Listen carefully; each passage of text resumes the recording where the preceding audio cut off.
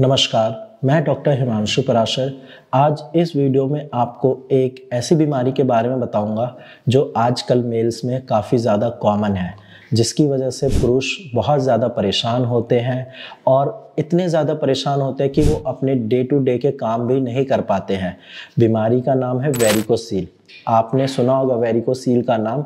Generally varicocele के बारे में उन पेशेंट को ज़्यादा पता होता है जिनको बीमारी हो जाती है, क्योंकि स्टार्टिंग के डेज में पेशेंट को आइडिया ही नहीं होता कि वेरिकोसील बीमारी क्या है, क्यों होती है, इसके सिम्टम्स क्या है। तो आज मैं वेरिकोसील के बारे में आपको थोड़ा डिटेल में बताऊंगा, ताकि अगर आपको नहीं पता और आपके बॉडी में ऐसे सिम्टम्स आ रहे हैं तो आप टाइम पे पता कर सको कि हाँ सर, मुझे वेरिकोसील है या नहीं है।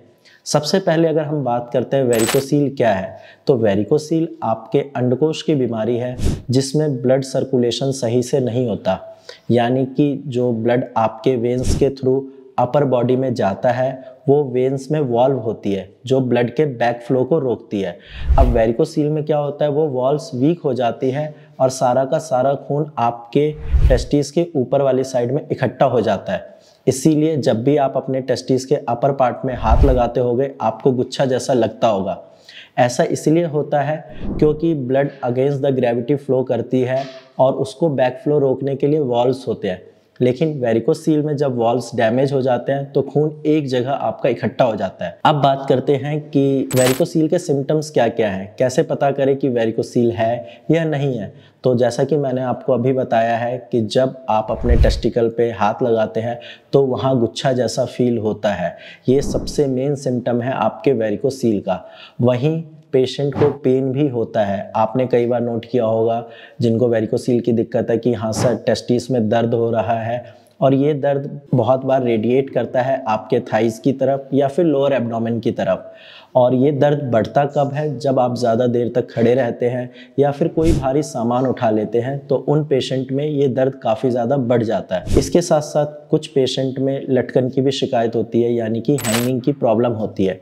साथ में डिस्कम्फर्टनेस भी होती है। ये तो बात हो गई वेरिकोसील के सिम्टम्स की, लेकिन आप में से बहुत सारे पेशेंट के मन में अभी भी डाउट होगा कि सर, कुछ सिम्टम्स मेरे प्रेजेंट हैं, कुछ एब्सेंट है, तो कैसे पता करें कि वेरिकोसील की दिक्कत है या नहीं है। तो इसके लिए आप छोटा सा एक टेस्ट करवा लीजिए। टेस्ट का नाम है अल्ट्रासाउंड ऑफ स्क्रोटम।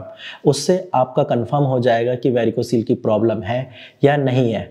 अब ये बात हो गई कि वेरिकोसील के सिम्टम्स क्या होते हैं, वेरिकोसील क्या होता है। अब आपके मन में एक डाउट आ रहा होगा कि सर, वेरिकोसील की बीमारी होती क्यों है, क्या रीज़न है कि बीमारी मुझे हो गई, या फिर जिन पेशेंट को नहीं हुई तो वो कैसे पता लगा सकते हैं, या क्या ऐसी चीज़ें करें जिसकी वजह से फ्यूचर में ये बीमारी ना हो। तो सबसे पहले आपको एक चीज़ का ध्यान रखना है कि आपको कब्ज़ की प्रॉब्लम ना हो। अगर काफ़ी लंबे टाइम से आपको कॉन्स्टिपेशन की दिक्कत है तो आप अपने कब्ज़ की प्रॉब्लम का ट्रीटमेंट करिए। आप खाली पेट में गर्म पानी पी सकते हैं, क्योंकि अक्सर मैंने देखा है 70 to 80% पेशेंट में वेरिकोसील होने का मेन रीज़न कब्ज़ ही होता है। इसके साथ साथ अगर आपकी जॉब ऐसी है जहां आपको भारी सामान उठाना पड़ता है या फिर ज़्यादा देर तक खड़े रहना पड़ता है, तो ऐसे केस में आप एक काम करिए कि आप टेस्टिकुलर या स्क्रोटल सपोर्टर आता है उसको पहन के रखिए। उससे ये होगा कि आपके लोअर एब्डोमेन पे जो प्रेशर पड़ता है भारी सामान उठाने की वजह से, वो एग्जैक्टली रेडिएट करता है टेस्टिस की तरफ। तो जब आप सपोर्टर पहनते हैं तो आपके टेस्टिकल को सपोर्ट मिलता है, जिस वजह से आपके वेरिकोसील की बीमारी होने के चांसेस कम हो जाते हैं। तो आप इन चीज़ों को फॉलो करिए। इसके साथ साथ अगर आप बाइक चलाते हैं या फिर आप जिम जाते हैं, वहाँ पे भारी सामान उठा रहे हैं, 100-150 kg वेट उठा रहे हैं, तो इसको भी बंद करना है, क्योंकि इसकी वजह से भी वेरिकोसील की दिक्कत होती है। अब अगर आपको वेरिकोसील की प्रॉब्लम है और आप इसको इग्नोर कर रहे हैं कि सर, मैंने एलोपैथिक डॉक्टर को दिखाया, मेरा माइल्ड वेरिकोसील आया है या ग्रेड 1 वेरिकोसील आया है, डॉक्टर ने बोला है कि आप एलोपैथिक मेडिसिन लो, जो मैं पेन किलर दे रहा हूँ, उसके बाद आप अपने आप ही ठीक हो जाओगे, तो ऐसा बिल्कुल नहीं होता। एलोपैथी में वेरिकोसील के लिए सिर्फ सर्जरी ऑप्शन है।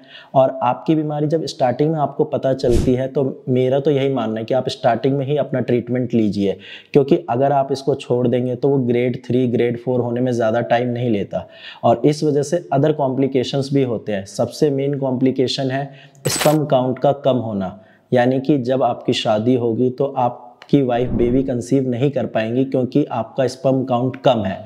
इसके साथ साथ एक और दिक्कत आती है इरेक्टाइल डिसफंक्शन की, यानी कि आपके लिंग में प्रॉपर तनाव नहीं आता, और ये सब का मेन रीज़न जो है वो वेरिकोसील ही है।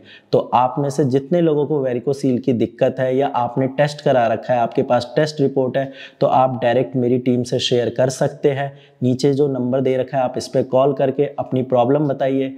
आज की वीडियो में इतना ही, धन्यवाद।